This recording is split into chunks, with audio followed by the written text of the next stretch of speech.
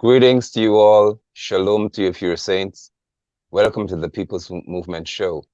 Of course, we promised you on Sunday evening that we would have this discussion or an extension of it because it was that intriguing, was that important. It was really impactful. And the feedback that I've received from so many of you really confirms the need for us to have these discussions even more often. Hence, here's another special edition of the People's Movement Show. Can you see clearly and can you hear clearly? We'd like to have an audio visual check so that we can proceed. Of course, knowing that our stream is fine. Loud and clear. Great. Thank you so much. Once the audio is fine, the video is fine, please do two things for me. Share the broadcast with someone. Just tap your screen, hit the share icon. And secondly, you can also, if you don't mind, follow the People's Movement page and like it. In the not too distant future, we should be streaming live from that page. We should be also launching our web page, so you'll be able to go there and have our live streams and so on as well. So I look forward to that. We also have a YouTube channel that'll be up. The People's Movement. It's all about the People's Movement in reference to its name, so you can find us there on YouTube as well. What is the People's Movement? For everyone who's new to this broadcast, I will always try my best to make it known to you. And those who are here, I would seek to reinforce it so that you can be aware of what the People's Movement entails. This is a group of Guyanese, even those who are not Guyanese, who understand the power that resides in individuals who are independent in their thinking, but united in their efforts. We believe that the hour is upon us in which we have the right and the responsibility to demand that those who are elected at this moment should serve us with excellence. We also believe that those who are elected must have respect for us as Guyanese citizens. And if you're in another country, then I guess the same can apply to you. Because the world has been crippled by fear, especially with this COVID-19 situation, the pandemic as it was labeled. And world leaders have convinced themselves apparently that they can do whatever they want to us. But we are about to take our rights back and to stand for them. The People's Movement is an engine that I believe, and many others are beginning to believe, that will be able to move and is able to move officials who are elected at every strata of society in a direction that speaks to restoring power to us. I have in studios promised some wonderful guests who are going to be able to engage in the discussion. As you see, we're going to continue this discussion that speaks to Jagdio's reported statement that we are able as Guyanese to weather the cost of living storm. If, I say again, our leaders, those who are supposed to be leading the nation, if they formulate and fashion that that mentality, that paradigm, that Guyanese are able to, because they have residual or disposable income, they have money to spend then. If they're convinced that we are able to weather this cost of living storm, it suggests that Barrett Jagdio, according to that report, is admitting that there is a crisis in our hands. And that crisis speaks to the cost of living. And he's been so, according to the report, profound in describing it, that he describes it as a storm. How can we, as Guyanese, find solutions to this problem?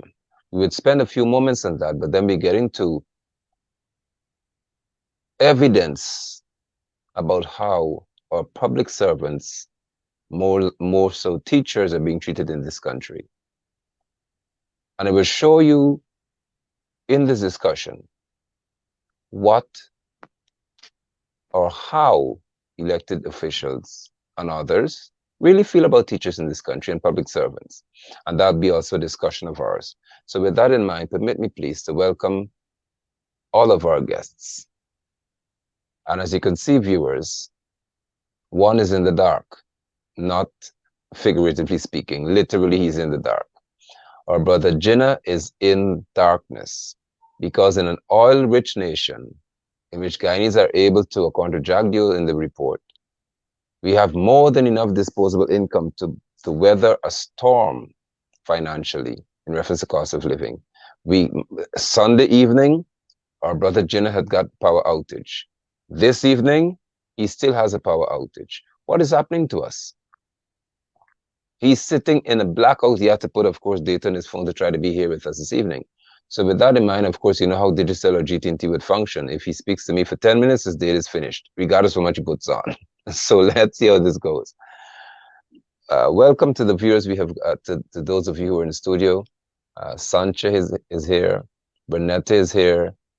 Jenny is here. And Orin is also here. We've got 4 in studio with us this evening. So let's have a discussion on this matter. First of all, Sancha, you can go ahead and greet the viewers, followed by Renetta, Jinnah, and then Brother Orin. Then we dive deep into our discussion. Good evening to our panel, and good evening to all those who are listening live and those persons who will be on the replay. Thank you for joining us, and thank you for seeing it necessary to listening given the topic that we have at hand this evening.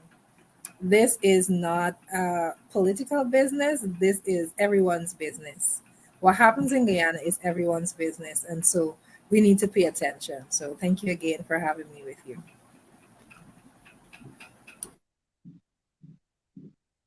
Thank you. Renetta? Okay, I think my screen is frozen, but I'll still go ahead and greet and then leave for a bit. Sure. Um, so I'd like to say greetings to all of our viewing audience. Thank you for joining us this evening. Um, I would like to thank my fellow panelists for having me. And I hope that we can have some really fruitful discussions this evening. I look forward to this discussion. I'm actually excited to have this discussion tonight. So, to all out there, good evening, and thank you for being sharing this time with us. Thank you. And Brother Jinnah, the man in the dark. Hopefully light will come on before, power will be back before we're through. Yes, shalom to everyone. Shalom. I'm in dark, but not in darkness. That's right.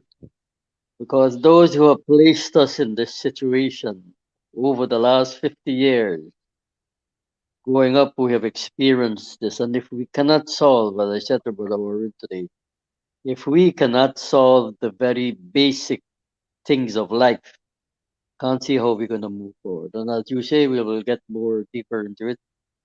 So I wish everybody who is listening to pay careful attention because it's a lot of things we have to say tonight. Thank you. Thank you, Brother Jinnah. And Orin, you can go right ahead and greet our viewers, my brother. Just unmute your microphone for me. Welcome, everyone, including the panel and our listeners. I'm glad that we have this opportunity to continue that conversation that really belittles the Guyana people. And so I will love to know that tonight we do have a fruitful conversation continued from the last time.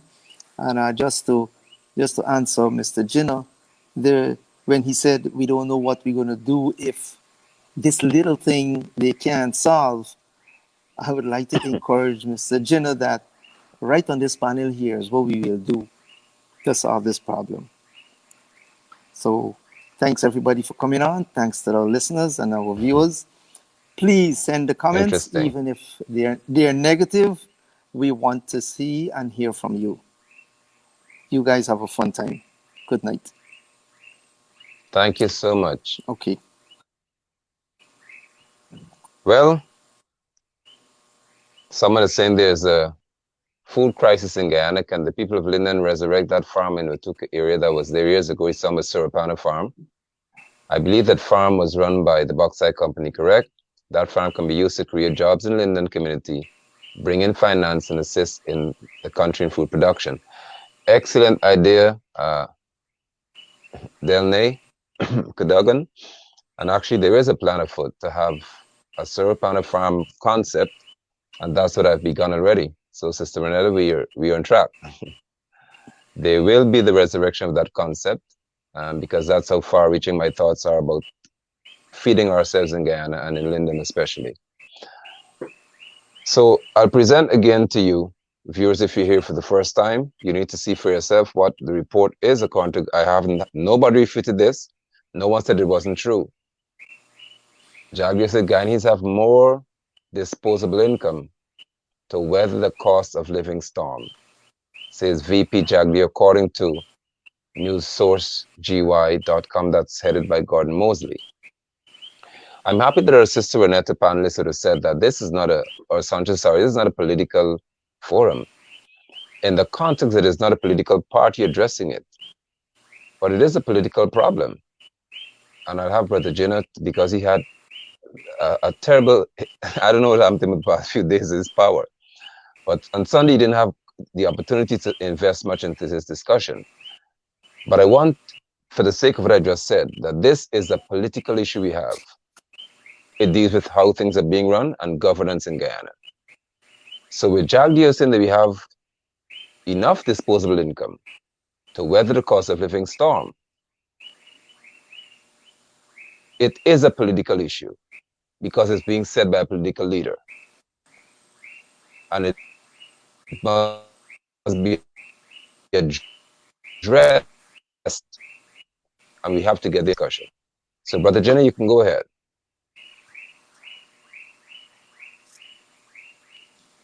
Just unmute your phone for me. I am saying that I missed the last discussion. I made an intervention, but then we had a constant blackout. You won't believe me that this morning we had blackout last night, and we came back on this morning at about 5 o'clock. Now we have it again, and nobody's giving us any explanation at all about what really is happening, and nobody's saying anything from at the regional or other levels. Why we're having this constant interference? Because it interferes. It's not only a blackout, but it also trickles in such a way that it will damage our equipment. Yes. I mean, look, we can go into.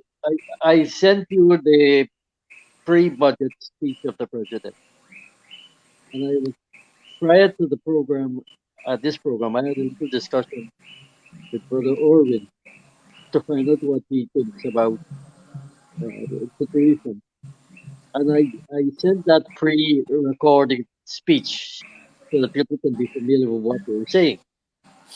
So the point is that they're saying that it's going to be such a wonderful budget that would probably meet the demands of what Jack Davis talked about, that we can weather the storm because of what they are going to put in place.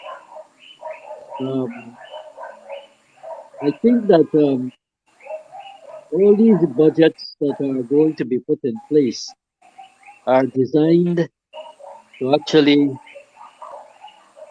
form part of what is an election campaign. So the government is not very stable and it don't appear to be weak because we have a very weak opposition. I don't mean only the official opposition. We can't exclude what is going on without discussing.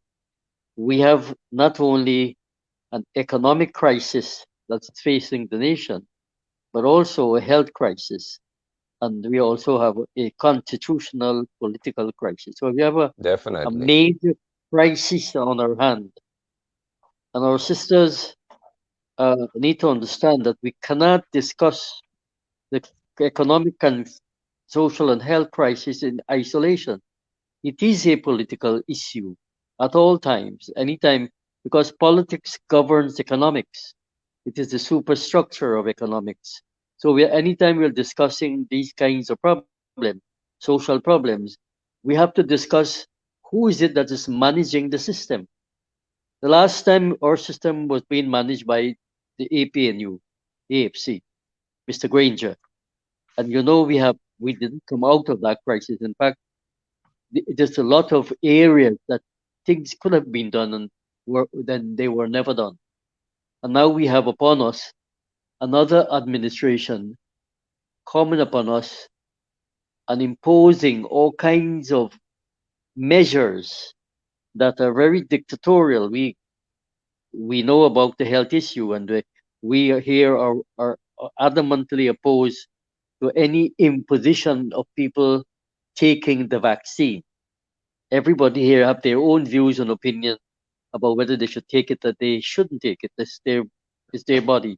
And our position, and I wanted to repeat that, our position on the panel is that some of us are adamantly against taking any form of vaccine or medicine or drugs and so on.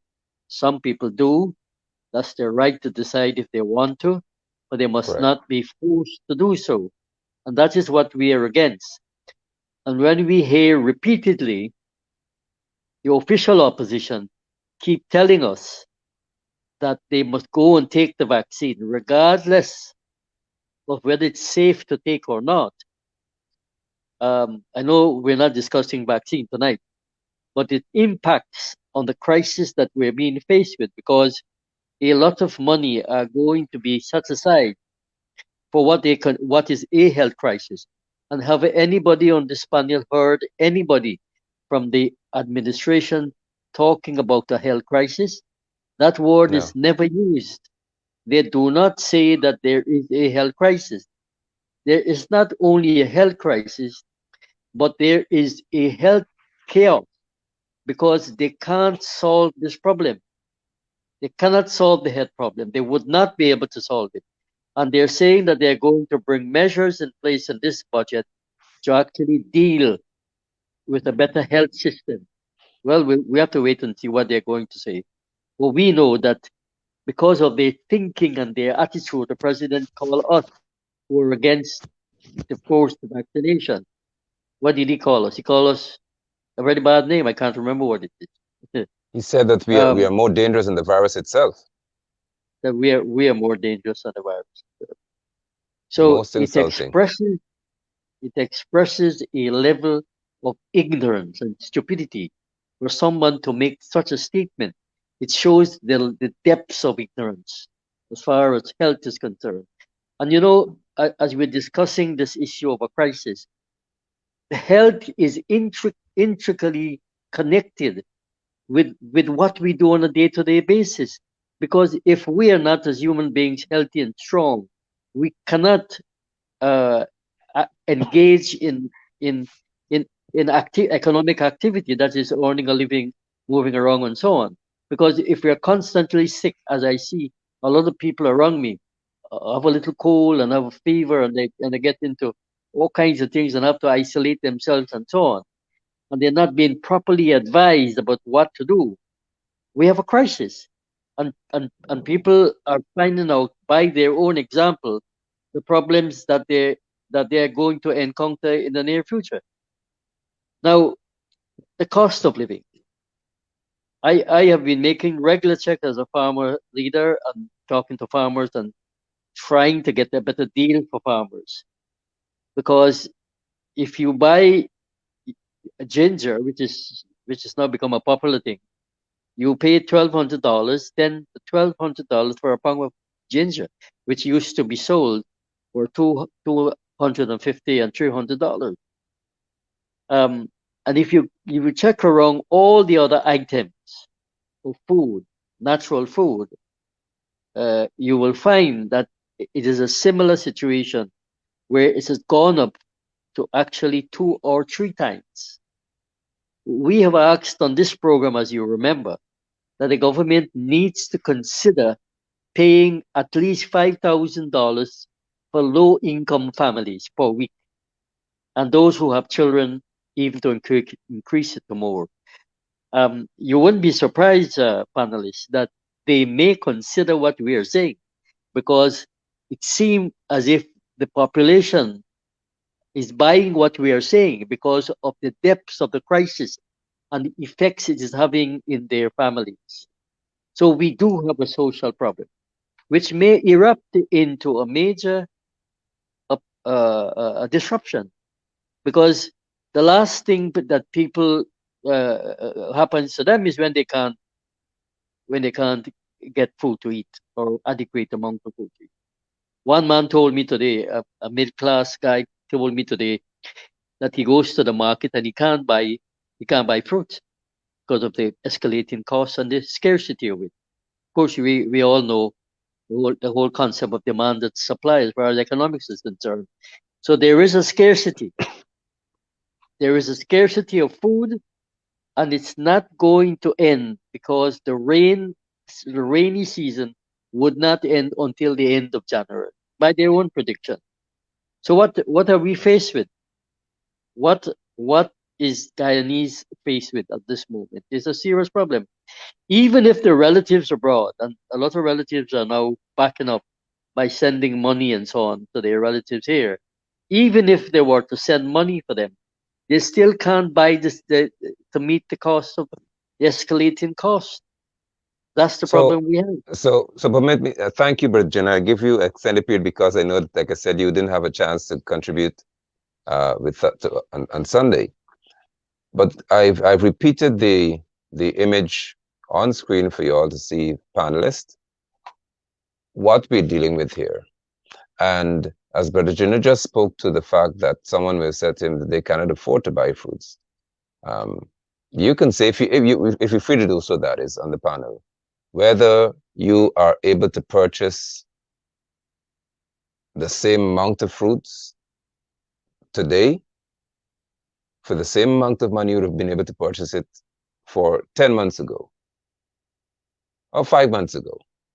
Anyone else can take that position, because you want to hear that the common man, as we see ourselves as, not commonplace, but common in reference to being just like anybody else. What is life like in reference to your spending? What is it like with oranges, limes, pineapples, bananas? Don't talk about things like rambutan and these kind of superfoods they talk about. Are you able to buy grapes the same amount for the same amount that you spent 10 months ago? Go ahead and share with that. Let us have a moment, if you're willing to do so. Share your personal experience with viewers, please, so they can understand because Jack just said you have enough money. All of us Guyanese have enough money, according to this report, to weather this storm. Bernetta, your mic is unmuted, so I think you like to speak. Go ahead. Okay, great.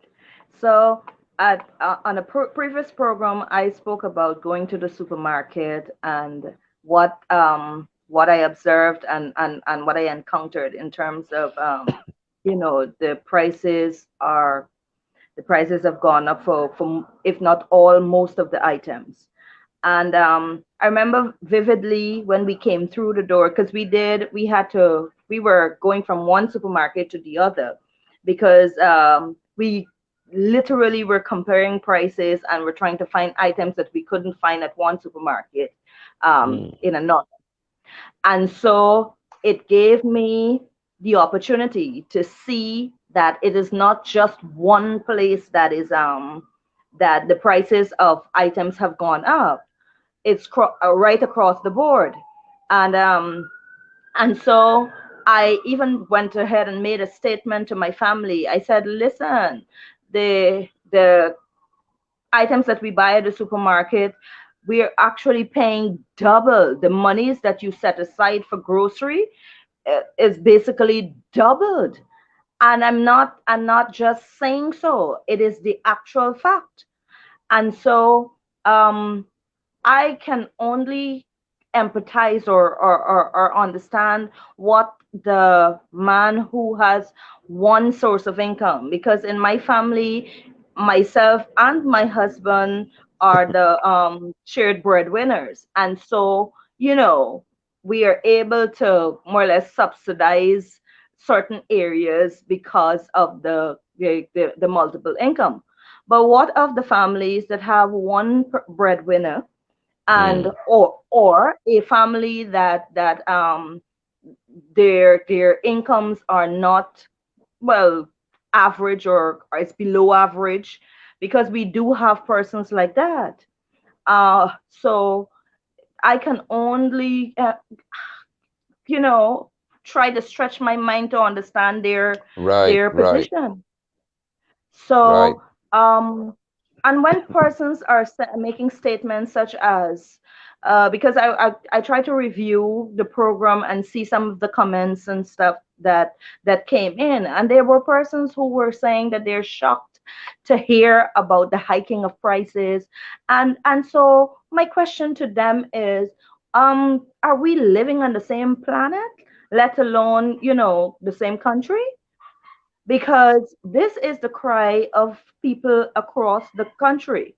And I don't know, I think on one occasion I came across this video where this fisherman or a fish vendor was talking Yes, about the prices of stuff going up, and I'm pretty sure he is not from Berbice. If my mind serves me correctly, he was from a different area, and I am talking from Region 6, Kurivitan. Yes. And so I also hear my staff complain about how prices would have gone up and how it affected their shopping and their budgeting and things such like. So it could not just be me, because there are so many other persons that are genuinely talking about how their lives are affected by the rising cost of living. yes, that's true, and that's quite accurate. But the Orange, you've unmuted your microphone. Go ahead. Yes, my thing is pretty simple.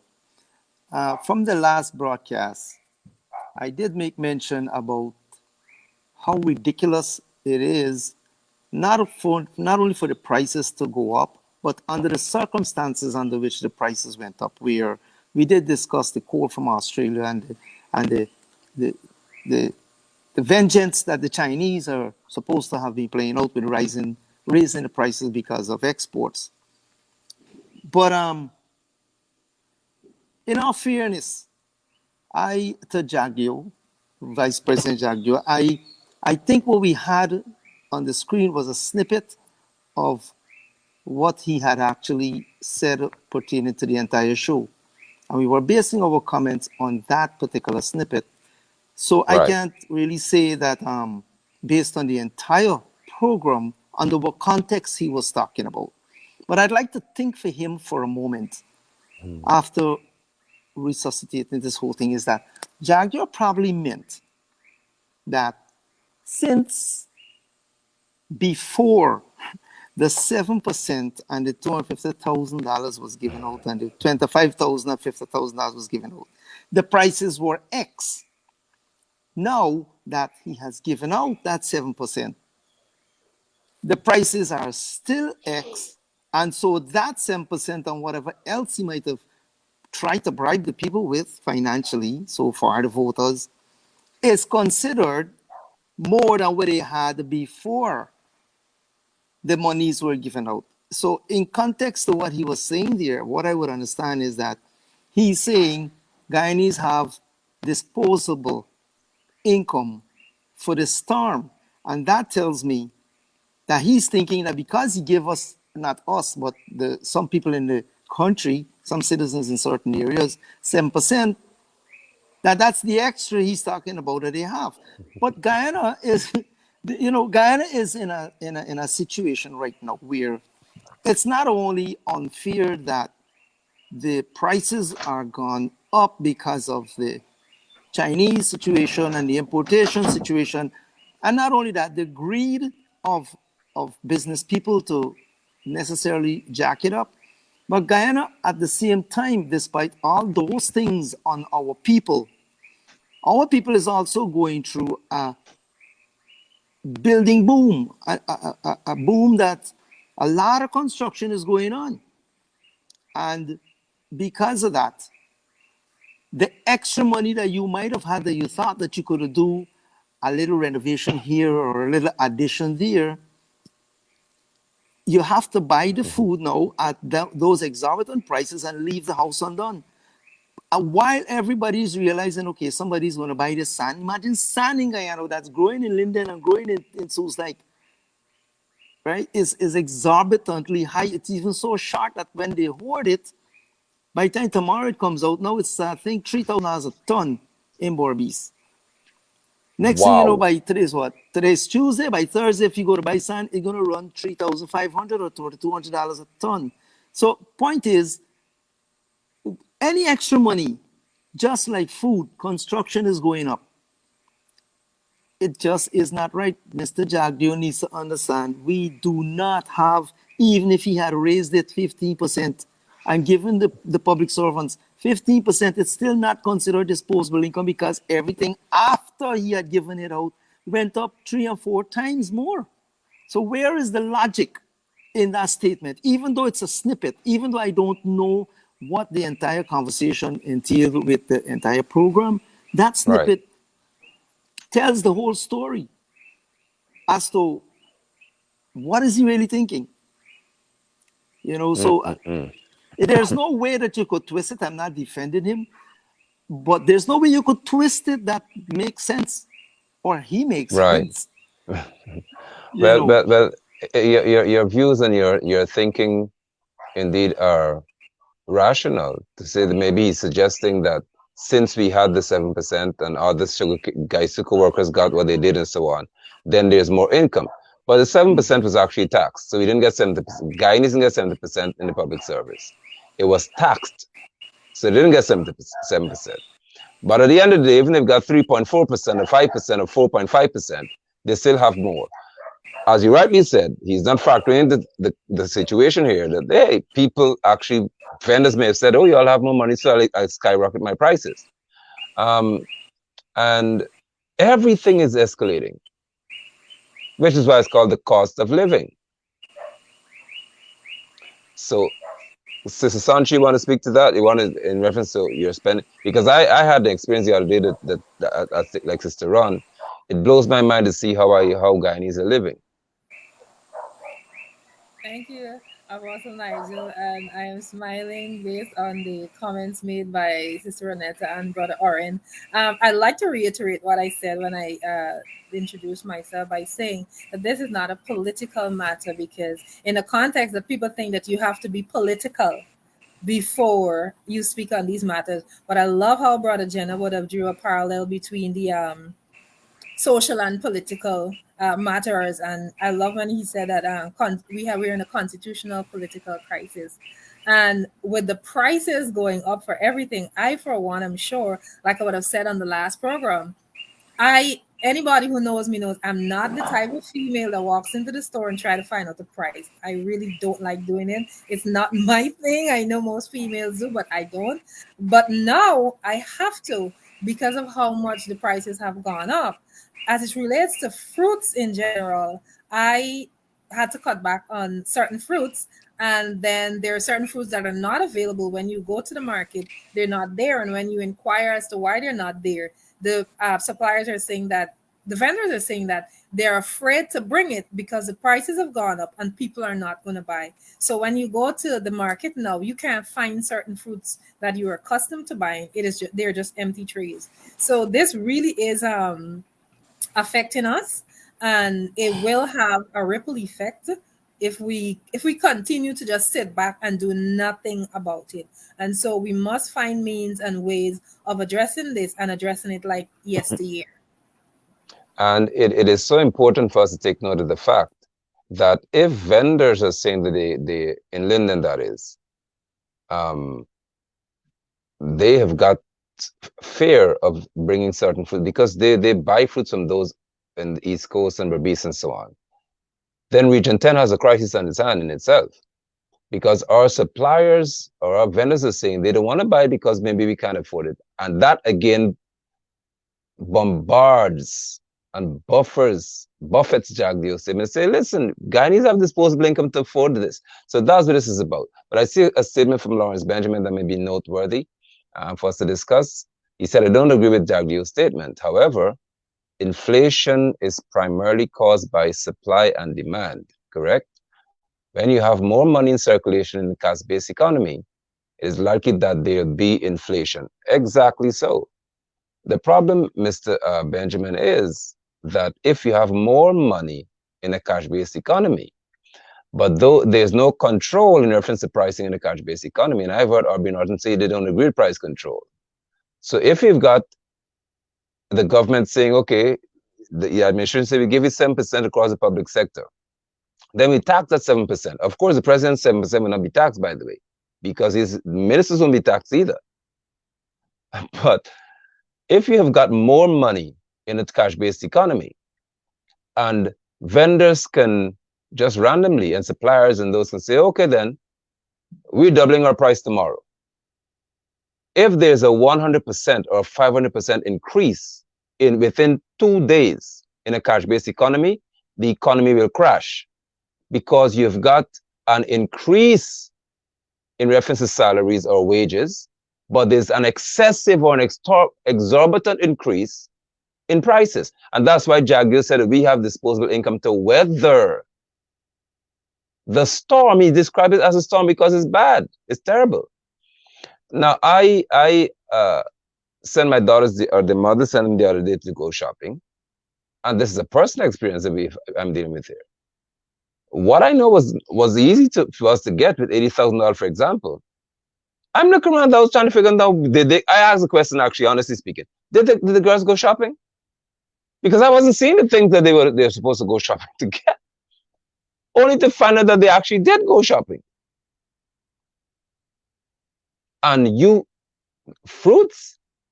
So Brother Jenner was speaking to the health situation. You realize if you cannot purchase fruits, which are the most effective and important in reference to boosting your immune system.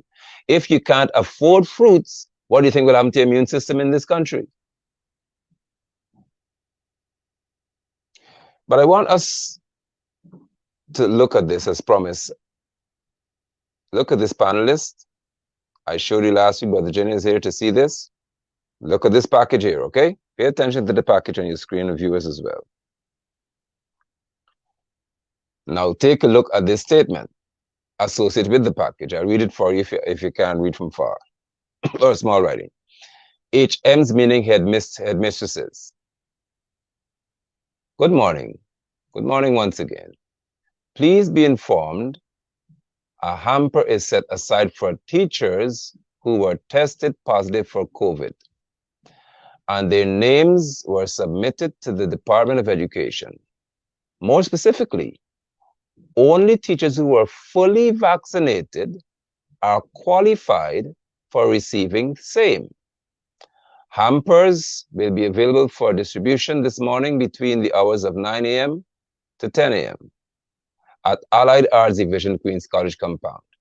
Teachers must bring along their national ID card, and vaccination card.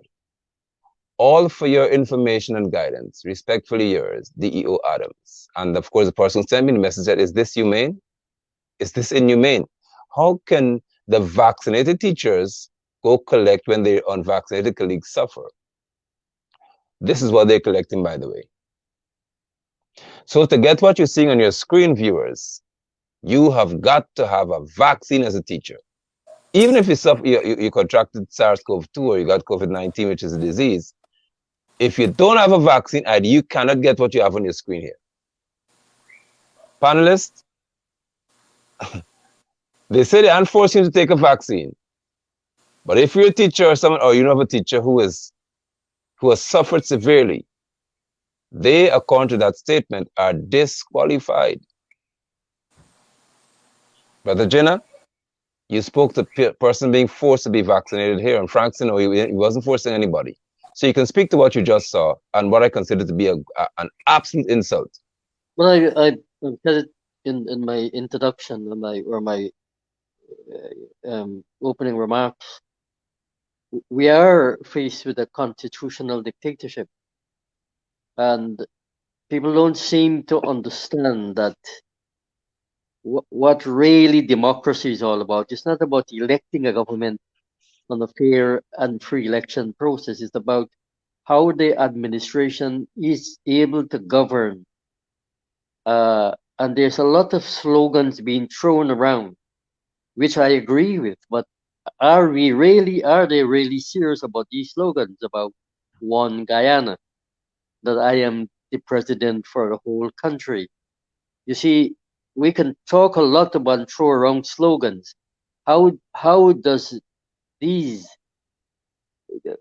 these slogans that have been thrown around in reality, is it really meeting the the way which is being said? And I don't think so, because if you are denying one section of the population and you're using measures to actually do that, you are discriminating against other people who haven't got the are not in tune with or following the line of the government. You see, we have a serious political problem in this country, a political culture that is very rotten. And this is what we have to deal with, whether we like it or not. It is a political culture by all the existing political parties in this country, that when they're in office, they seem to to give concessions to people who are loyal to them. And I don't think it has anything much to do with race. You just have to join these political parties, and you have a party card, or you know somebody who's a member of your party and your family, and so on, and you get concessions. We need to break away from this kind of thing. It it is it is a system that is discriminatory by its Yes, very fact. Somebody was saying the other day that we have institutional discrimination, political and racial and gender discrimination, also age discrimination. I feel if I were to dye my hair, I wouldn't have the kind of discrimination or isolation from younger people. And I'm sure, and I've tested it, that I'm far, far healthier and stronger mentally and physically from those who think that I am old and I'm incapable. And it shows that level of ignorance. Age is not a sign of weakness. correct. It's not a sign of weakness. And we have to begin a revolution of rethinking our position on a whole host of things. So I think that, honestly speaking here, I think we have an obligation, or we probably, you will say it from a spiritual point of view, that that we have that well, it wasn't a burden, but a an obligation to actually lead this country out of the crisis, the moral and decadence that we find ourselves in. You look at every aspect of life. But I've been studying this situation for the last 10, 15 years and traveling around the country and looking at social media and so on. Social media is really a reflection of what goes on in our society. Believe me, that's what it is. And it gives you Yes, a closer understanding. If you do research and you do market research and this type of thing that Sister Sanche is doing, you will find that you will have a better understanding of where we are at as people. I don't believe that any of the political parties in this country are racist or they do discriminate though against people who like us, who seem to, our views don't coincide with them. I mean, I want to say here that we are not anti government, because we are the government. We can't be something that we are against. right. What we are against is the administration of policies and programs that are not that are not um, meeting the demands of all the people. So we need to knock these slogans on his head and unravel them, and to show the Guyanese people that sloganeering, as the PPP and PNC are good at, all right, does not meet the demands of ordinary people. We do have a crisis, and we must keep repeating that. They don't want to accept that there is a crisis. Have you ever heard Aubrey Norton or Granger or Harman saying to the nation that we have a crisis in this country? We have a major No. crisis. It's just that because people are not because people are not marching on the street or picketing every day like what happens in other countries. That does not mean to say that we don't have a crisis. People are conditioned to behave civil. People wearing the mask, in England now, they have removed the mask All. that you're not, they That's remove all the right. masks. All those And mandates are and, gone. and, and vaccines are also not mandatory anymore. My daughter works in the health service and she reports me on a regular basis. So um, we have got to re-educate people, and I believe that the people who are on our program here and who are listening, I always believe in the idea of fewer but better. So they That's have a good. responsibility. They have a responsibility like us to actually spread that word. They have a responsibility to educate those who are immediate, their families, about a good health system. And I think that at some stage we have got to discuss this question of health, which is very important. It's more important more than anything else, because if you can't have a healthy life, as you said, Brother Nigel, you, you if you can't buy fruits readily in the market, it's not available. It should be available. So, Sister Shansha, I want to answer her question. She said, "What is the solution to this problem?" Well, there is a solution to the problem, because every crisis has a solution. Correct. Only those who are dummies and who don't care and who can't think creatively can't think about a solution to a crisis. The question of food crisis that we have here is one of distribution of the food. Because when the farmers, let's go back a little bit for those who may remember, Mr. Burnham's policy of marketing, of farmers bringing their produce on the different centers, marketing centers around the country. Yes. That the farmers were able to bring their produce there, and the produce is sold to consumers directly. We have Yes. to be brutal in this situation and get rid of all these middle people. They are a parasite to the society, and I don't care whether they vexed me. They are a parasite. Because if a man produces a coconut, which is what I'm dealing with right now as I speak to you, he's selling the coconut. The farmer sells the coconut for $90, and the woman buys it. And I saw it with my own eyes. I asked her how much you're selling it for. She sells it for $340.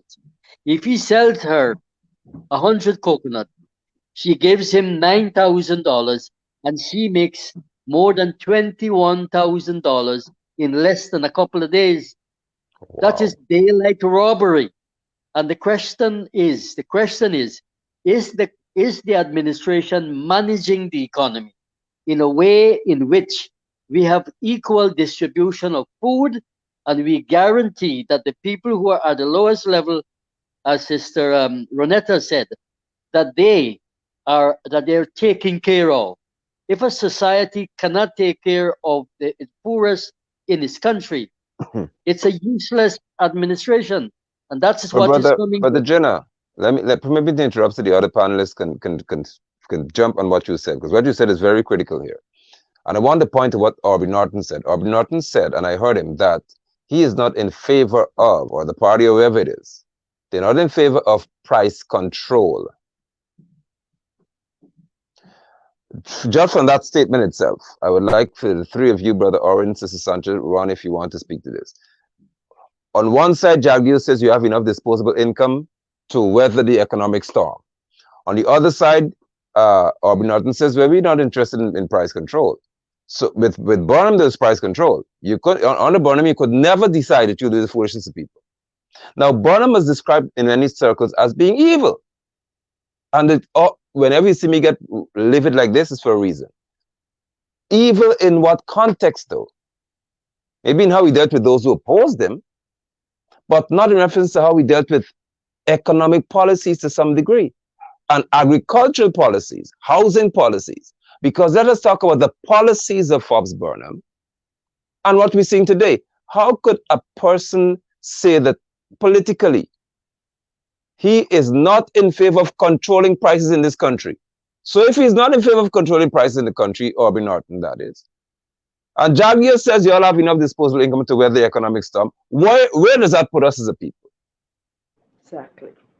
Ron, you the economist or deal with taxes and so on, the finance lady, and so you go ahead, and then the others will jump. All But right. speak to One that, of the please. viewers pointed out that Guyana is a cash-based economy. And I don't have much to say about it, but I'll just get straight to the point. Because, well, the viewer pointed out that Guyana is a cash-based economy. The only control measure that we can have in place is price control. Because, all right, a typical example is look at when COVID had become the somewhere in 2000 in 20 when COVID came on board. The February, 2020. remember Yeah, when the 2020. government said that February month or March month, when the government said that they were going to do this lockdown in possibly somewhere around April or May, whenever. There was this rush to the supermarket to get toilet papers and to pick up Lysol and certain items, certain specific items persons were rushing and walking on each other to get. And Yes. then and then I can speak to Cariveton. There were supermarkets, major supermarkets, that imported container full of Lysol, but people could not afford to buy Lysol because the Lysol that you used to pay at maybe $700, $1,000 for went up to $5,000 and $6,000, and so persons could not afford to buy Lysol. And then there's a thing that started with persons now trying to mimic Lysol and selling, stuff that looks like Lysol, and these are the kind of stuff that when we don't have price control happens. So that's my 2 cents. Okay. Wow. $2 million if you ask me. Brother Owen, go ahead. Well, I could speak the price control situation, and not only speak of it. I have a solution. First of all, it is nearly impossible to control prices in Guyana. If we're going to compare the days of Burnham to now, Burnham did have some means of a price control because what he controlled was basically what was grown here because there was nothing being Correct. imported. Today, every single thing, I mean, you could count hundreds, nearly thousands of products and services that are imported. How are you going to put a price on that? Burnham banned everything. The only thing he didn't ban was what was here, that he could have said, okay, a pound of salt, a pound of sugar is so much, and that, a gallon of rice is so much. Nobody can beat that. But when you can talk about all the hundreds and thousands of things that are coming in these days, it's literally impossible. What the solution to me is, or from me is if I may use the analogy of employment, where there's the private sector and there is the government sector. The private sector would hire a clerk, for example. The government or the government sector would hire a clerk. The government is supposed to provide a means of employment. The private sector, the private man would do the same thing. He will provide employment, but his pay must be more, or the government pay must be more to offset the employees coming from the private sector to them for employment. That's where people will go, where the highest money is. My point as that analogy is that they should start, if it's a situation where prices are uncontrollable, let them open hardware stores, let them open groceries, Let them compete with the private man who got all these things that's killing us. So we now will have a choice whether to go to the private groceries to pay through our noses and go to Hmm. where the government is selling it cheaper. Because if they're going to see us punished like this and let it be and have the means to open supermarkets and open places that have vegetables selling so cheaply directly from the farmers, especially, why are we suffering? Why are we going through price hikes? So And that so is they, where this country is lacking. The yeah, but government is not providing a service. yeah, but brother Owen, if when you speak to controlling price hike, then you go back to price control, because there has, if you ask me, there has to be certain. Let me put it this way to all the panelists. I see Brother Jenny he's gone, so maybe his date is finished. That's so unfortunate. We have senior citizens in our country, correct? Yes. They're pensioners who depend squarely on a pension to survive. Some of them have got a grandchild or two to take care of, and they're dealing with pension alone.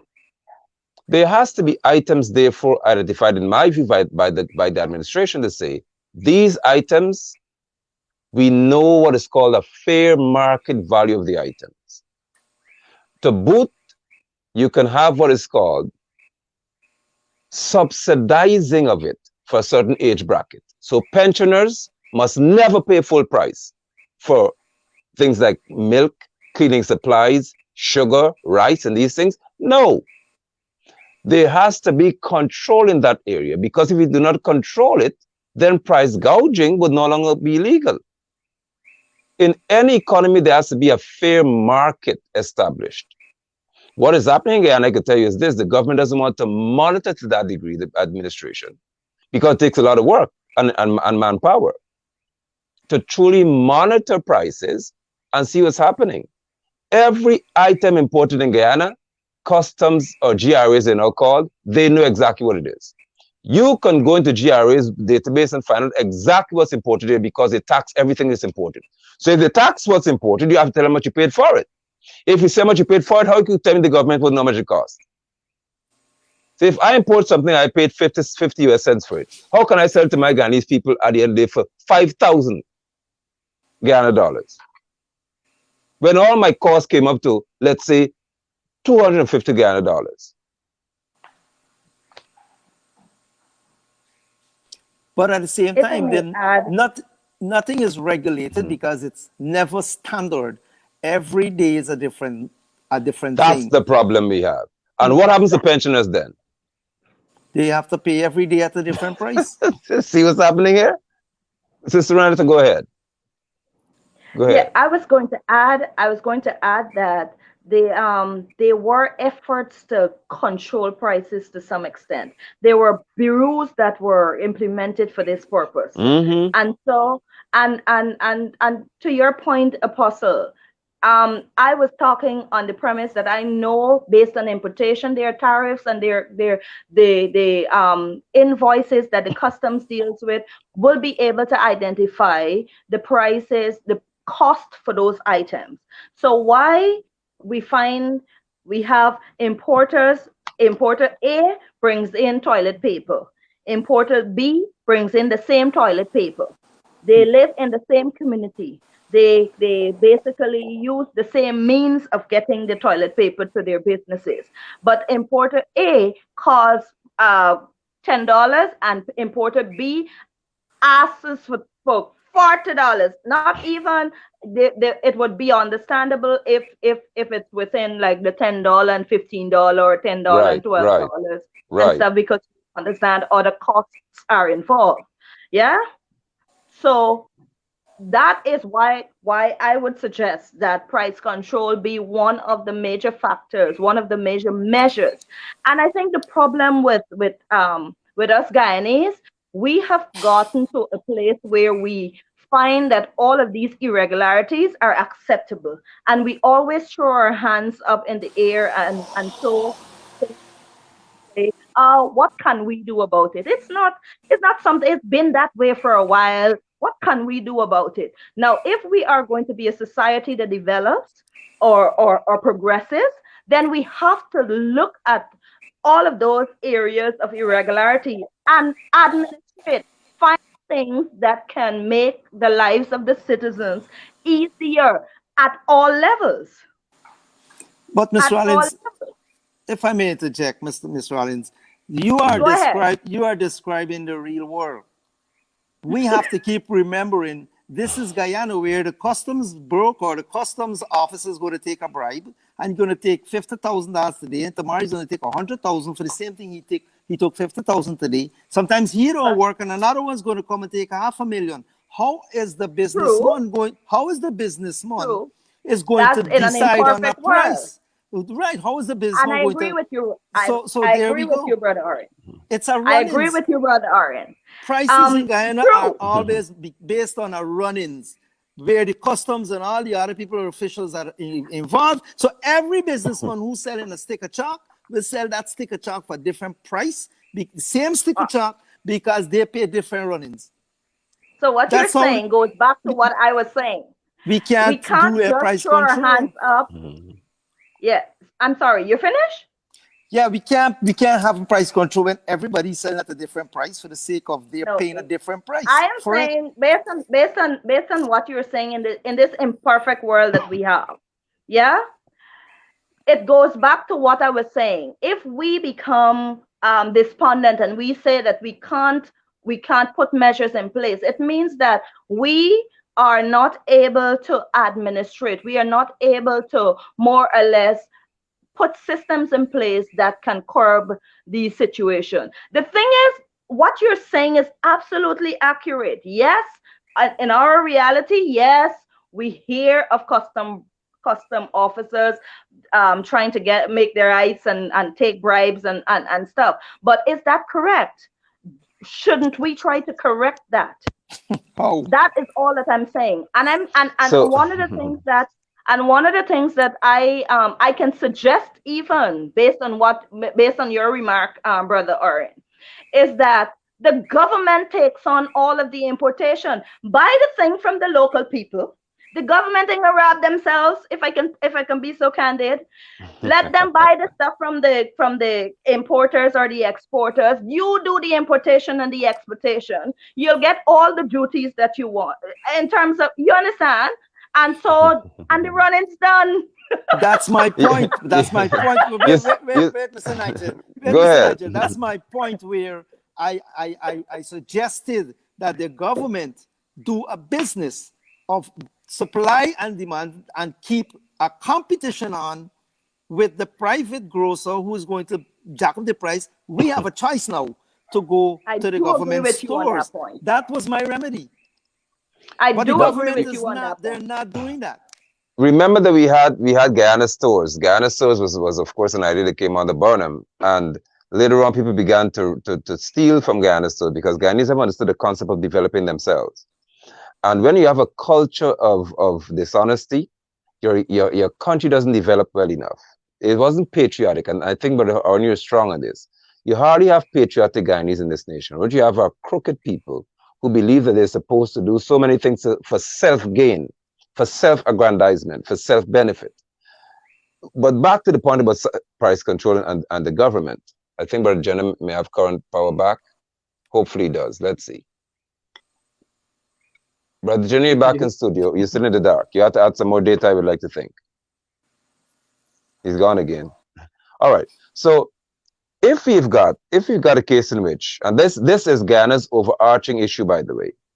Guyana is a capitalist society. We are governed by businessmen. We are not governed by the PPP Civic. You're not governed by APNFC. Guyana is governed by the Private Sector Commission. It is a capitalist system hardcore, meaning, of course, that for the viewers who may not know, this is where businesses govern your economy, govern politics. For that reason, there will never be price control until Guyana removes itself from being capitalist and either becomes socialist again, as was one of the case, or maybe communist. Because people think that communism does what the US does to you. Say communism is terrible. Communism is wicked. Communism is bad. The Chinese government are communist, but they don't tell you though. The same year to say the China is bad for being communist, China owns trillions of US dollars debt. So the US is borrowing money from China to sustain the US economy, but China is bad. Guyana, who doesn't want to be called communist, is taking loans from China. So how could a communist party in China support the world? You know why? Because communism speaks to where all of us must benefit, not public sector alone, not private sector alone. Everybody in the country has an equal share in the country. China has mastered it. The US benefits from it. And then tell us, don't, communism isn't good. Guyana said, we don't want to be communists, but they're borrowing from communists. They're controlled by communists. So because we're capitalists in our nature, in government, they would never ever have price control. Brother Knight, can I contest a little bit? But price control is a solution. You can never have society. Go ahead, Brother Oren. Okay. So on the topic with China being so successful in comparison to America, and the reason why America owes China so many millions and billions and trillions and whatever, we got to go back to how China became the way they are. And what China does and did do in the past and still is doing, their economy is based on zero cost of labor per person. Why? Because they used to collect people on the road, just like that, put them in jails. Factory. Put them in jails and straight in the factory. When you look in for the factory, family, they're in some part, some province working and making something, right? That the Chinese was getting a contract from the Americans or the developed same communist, American ABC countries, where they sent their drawings for products for China to be made for the same cheap labor. And the Chinese ended up stealing and making it their products eventually. And then now they got all this money to share out to the world and take over the world based on loans. So China did not have a parallel situation with the United States where they were paying their people high rates of pay like the United States. Correct. They were dealing with prisoners, and we don't know who we got here as Chinese. All them Chinese shops in this country, we don't know if they're favorite prisoners of the communist government that they decide to send the guy in for relief. Maybe agents. So, maybe agents are sleepers waiting to do what they gotta do. So the point is, the way in which things happened that made China who they are, what they are today, financially, is not the same way the United States or the ABC countries came up. And that's why they owe China. And China's taking that money and coming into the outside world, calling something the railway. What is it? It has something to do with the railway, but they're building a passage through an economic railway. And an economic railway. And take it over countries. Right? But Brother Oren, permit me. Thing. No. I'm not speaking to how they got it. I'm speaking to the fact that they are labeled as communists. If the US says China is communist, communism is bad, how could you take so much money from China then in terms of loans? That's my point. Not how they acquired the wealth. The point is that they labeled a communist nation. But then that same communist nation has Guyana having grants, Guyana having all kinds of benefits. They build stadium in the Bahamas. They're doing so much. Oh, you want roads? Yes, we build roads for you. Because my point is, how can you say communism is so terrible, but communists sustain your economy? Communist is terrible because it's an unfair way of overtaking countries and owning them eventually. Communism? Yes, the same thing what China is doing. It's an unfair way to take over countries in the world as their own. It's a means of expanding China financially. They come and they go all over and they spend money and they do things and then the countries can't pay back and that place is theirs. Yeah, but that's not communism, that's imperialism. If China is going to seek to control another nation, then it becomes an imperialist. But communism is where, by principle, everyone in the nation benefits. They have a concept, and it does not happen in true sense of the word. But the perception is, listen, let's all build a nation together. We're all equal owners in the nation. That's the true meaning of communism. I agree with that. If honestly speaking, we say everybody in this nation has a share in reference to ownership of it, that's fair. So we all contribute to it. That's fair. Now, China is going about this in an imperialist way, whereby they're saying, okay, well, we are going to control the world, as the US did. That's not communism anymore. The imperialist So Chinese are labeled communists, and that is the essence of my point. But they are sustaining the world economy, the greater part. But the general, you're back. I see you have power. You can unmute your mic. Your mic. Let me unmute you. You're back. You've been praying for me. But we have to meet again, of course, because we've passed our mark as usual. And GPL, you have GPL, yeah, they're beating you up. But we're just on a point about Art and I were having a Sister Ron talking about price control. Because what I'm seeing happening here in our country, I don't see a solution being formed or fashioned to say, listen, we're going to let things go as they are. We would not seek to control prices. What the suggestion is this, Brother Owen, and Brother Jenny can speak this. You can have the last since you had so much beating with GPL. The suggestion is that we give Guyanese more to help them in the crisis. Now, that's insanity. The minute the government announce or administration that they'll give us more money, I promise you the same parasites, the middlemen and these things will skyrocket, will jack up the prices again. Because they know, again, Guyana is controlled by the private sector. So when will it end? Every time they push money into people's pockets, prices go up. Give them more money, more prices go up. Who benefits then? Is it not the same private sector and that they're friends? Go ahead, Brother Jenna. Listen, this is hard talk. They have a BBC program called Hard Talk. Yes, and I love it. This is hard talk. I don't think anybody talks like us, freely, openly. Well, I'm grateful for that. We're certainly glad to be free-minded.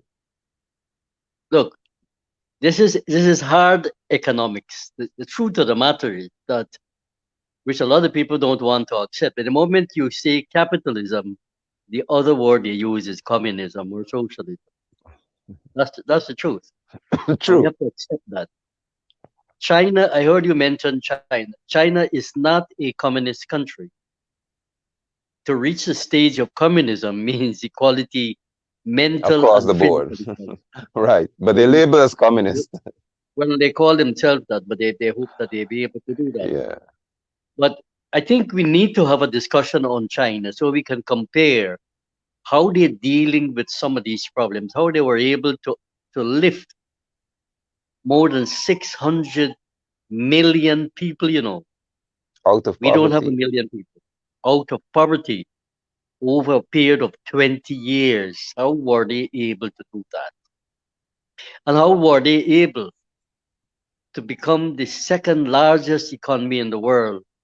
And it's predicted that in the next 3 to 5 years, they will overrun the United States of America. Those are important facts that we can't get away from. We need to discuss it. Well, we'll discuss it because Brother Oren said and spoke to the history of China, whereby persons were captured and put to work in factories and so on. Many hard labor, child labor, and these things. Of course, we know many Nike giants and so on. They employ child labor in China. So I think that in the next program we have the discussion. Yourself and Brother Oren will have a good banter. I want front row seat to this. Because he has strong views as he should. He's entitled to on what happens in China. You want to be the referee. You want to be the referee. Yes, sir. I'll be right there listening to two of you have your banter. Because the end of the day, China has got a very dominant economy. And sisters on the broadcast and brothers and viewers, I must tell you as well that China is labeled, China is being called a developing nation. Third, imagine that. Imagine that China, which has the second most powerful economy. They say, China, you're a developing nation like Guyana still. Where are we going as a people, man, as a world? I think there's some distortion in my line. Yeah, maybe yours, yes. But I don't have anything around me. Mr. Jenner. What? There is a solution to this problem. Jagdev, listen to him carefully when he talks about it. Listen to the words that he says. He says, and he has been saying, that we have one of the freest economies in the world, what does that really mean in practice? What it means is that we, we would not have any control over market forces. Or we need to discuss the question of economics as a political theory and let people understand. I will try to do that in the most simplest language so they understand. I think most people understand the question of the theory of supply and demand. Because when there is a demand, then the price goes up. When there is a scarcity, when there's scarcity, the price goes up, and therefore it's cheaper. Okay, at the moment we have a scarcity of goods and services, and so the price has gone up. Yeah, so there is an economist who had put forward the theory of managing the economy and fixing prices. And we need to discuss those things because all the advanced capitalist countries in the world have some kind of price fixing policies. And this, I am very surprised that Aubrey Norton is talking this nonsense. And I am going to confront him. I want to hear what he said because I am going to confront him. You see, these guys, we cannot allow them to control our society. No longer the PPP, neither the PNC. They have failed us. They have failed us. I have experienced blackout since I was a little boy growing up, over 50 years. And they can't solve this one problem. Mr. Burnham attempted to solve that problem by harnessing the Kaitro Falls. And anybody who wants to go and do the research, the feasibility study for that harnessing was going to supply overwhelming amount of energy to Guyana and the rest of the English-speaking Caribbean. Think about it. So that's the kind of vision we need, and we don't have visionaries in this country. I don't know why they put themselves up as leaders. Why? Look, I went to see the mayor today, and I took a young farmer, and I informed him that I was going to come there to see him, and he knew that I was there because his officer went and told him that I was there, that I was coming into his office, and he sat on his desk looking at whatever he was looking at. Came through the door, all right, and he couldn't have the courage to come to the door to shake my hand. And this guy is supposed to be a pandit, so you see how far we gone. Pandits are supposed to bow down to people when they see them, especially elderly. Touch their toe, and you put your hand on their head. So that's where we have lost the culture. And when we were sitting him talking to him, he was looking at his tablet, hearing Mark Phillips talking when I come to see him. You understand? So that's the level where we are at the moment. He sits there, he occupies. He is too young and inexperienced to manage the capital city of Georgetown. And why is the PNC imposing somebody like that? For patronizing reasons. I told Orin today, you don't put a woman there because you want to show that you're not sexist. Or you put a black face or an Indian face because you want to think that people to think that you're not racist or whatever. You put capable people. All of us are Guyanese, whether it be a woman or age or whoever she is or whoever he is, that the persons are capable and they are able to manage whatever position they're in. That's the battle that we have to fight. We have a big battle on our hands, and I hope that we are prepared to take on that fight. It's a big fight. And if we, in the process, are not able to do it, other people will follow what we would have started. So let's be optimistic. There are solutions to these problems. There are solutions.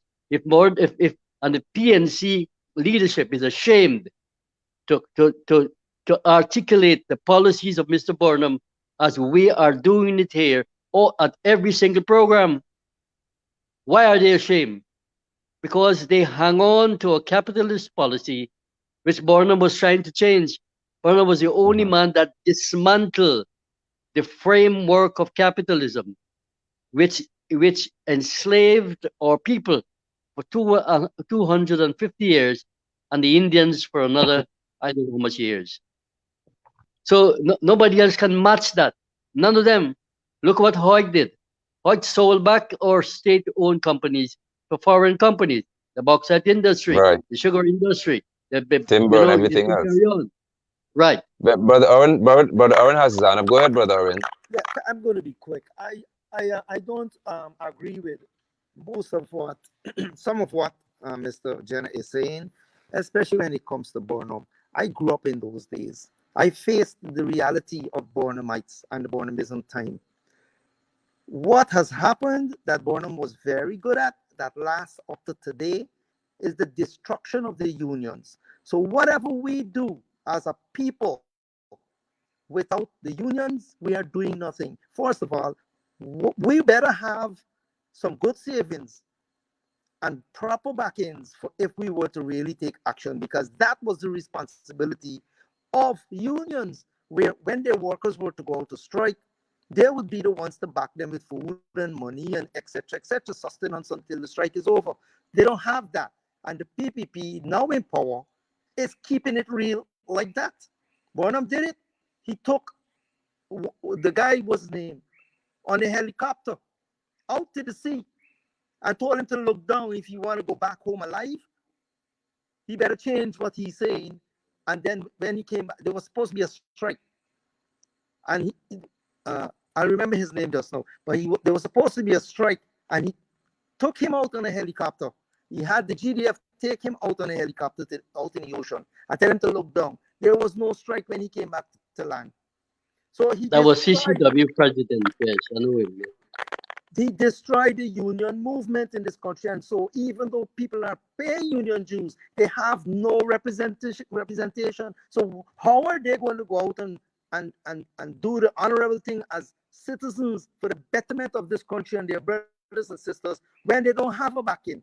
You cannot strike against the ruling party and expect them to back you in a strike.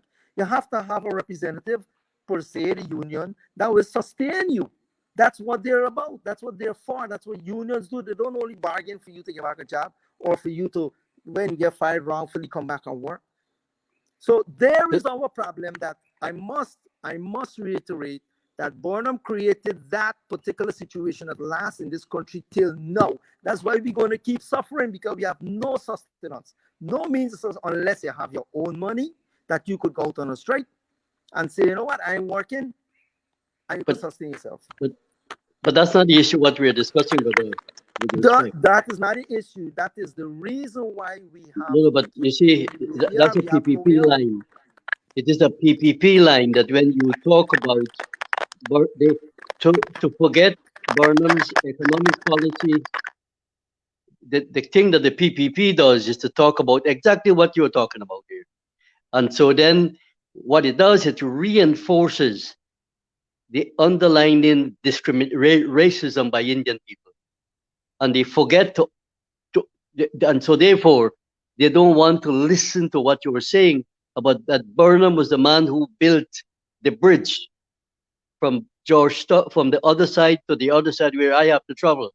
All right, and up to after 40 years with local labor, after 40 years, none of the preceding governments have been able to build, even to do a proper feasibility study. What do you say about that? The Quarantine Road was built by Mr. Burnham. The Linden to Georgetown to Linden Highway was built by him. And they have not been able to even to repair that road.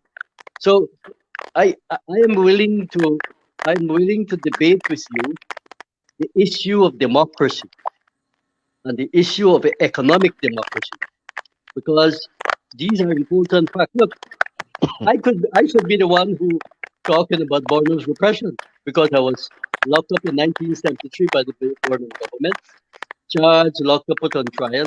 1980, I was charged for treason. I had to run and leave the country. So I want us to be truthful and to be objective. This is what this group is all about, as I understand it. We want people to speak the truth, regardless if they were affected one way or the other.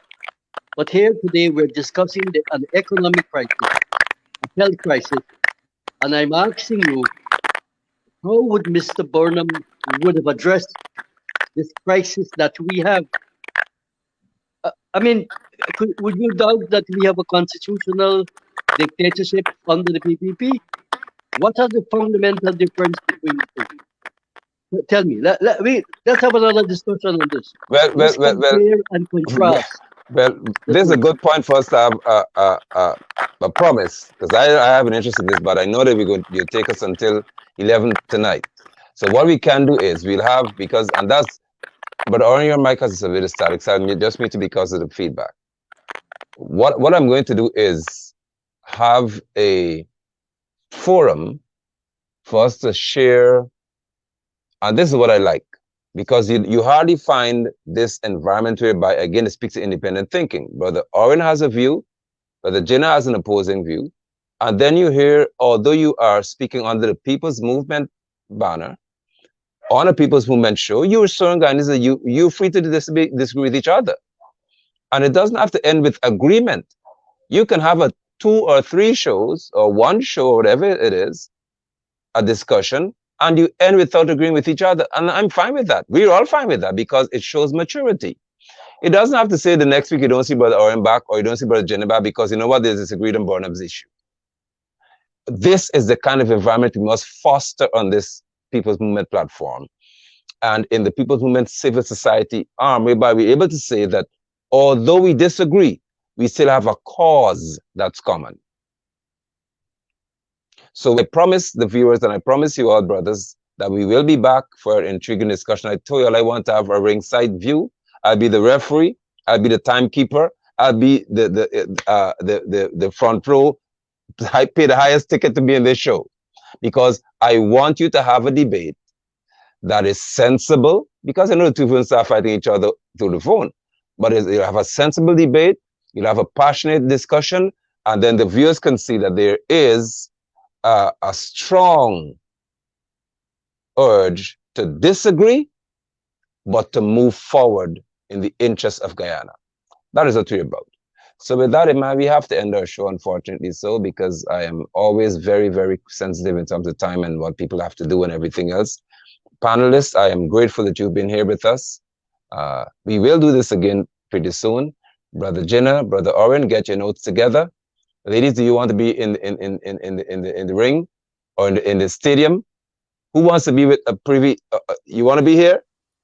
Who wants a ringside view? All right, well, the 3 of us will be here. Sister Sanchez, Sister Renetta, and I will sit here, and we shall have you'll have your conversation.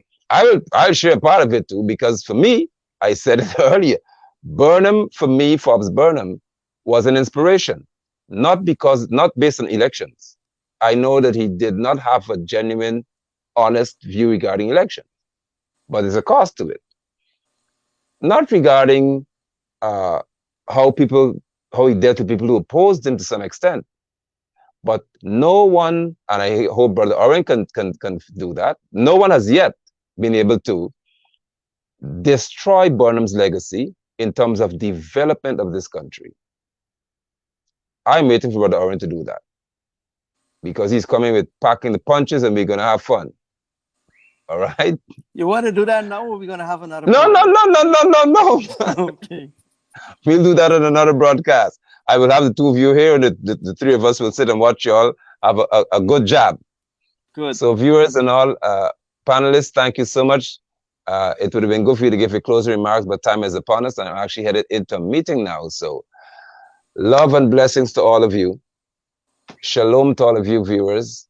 Panelists, again, yet another intriguing discussion. And I love the way the course this one took. But the Jinnah, it seems as if GPS stirred you up. So maybe if you have blackout for 2 days, you can come back ready for firing. All right? Let me leave an inspiring note. A friend from the United States of America, one of the leaders of our National Farmers Organization. I will speak to him at the next meeting. He just sent me a note, said that this show is tremendous. He's been listening to it from the United States. He lives in Seattle. Okay. Tremendous, wow. That's the word he used. So take note. This is tremendous people? Tremendous program. Okay. Well, that's an honor for all of us. I appreciate that highly. Right. And that's what you make it. So thank you all so much for you. So when we all come here, we must come armed like Orwin. That's right. I'm ready. So in tomorrow's show, Yahweh willing, Brother Owen and Brother Jenny will have a discussion on this matter. And because history is always good sometimes to reflect upon, and then we can discuss the way forward. So you'll be in studio at 8 o'clock tomorrow night having a discussion. Do well. Okay. And see you all soon. Good evening. Good night, everyone. Sweet dreams.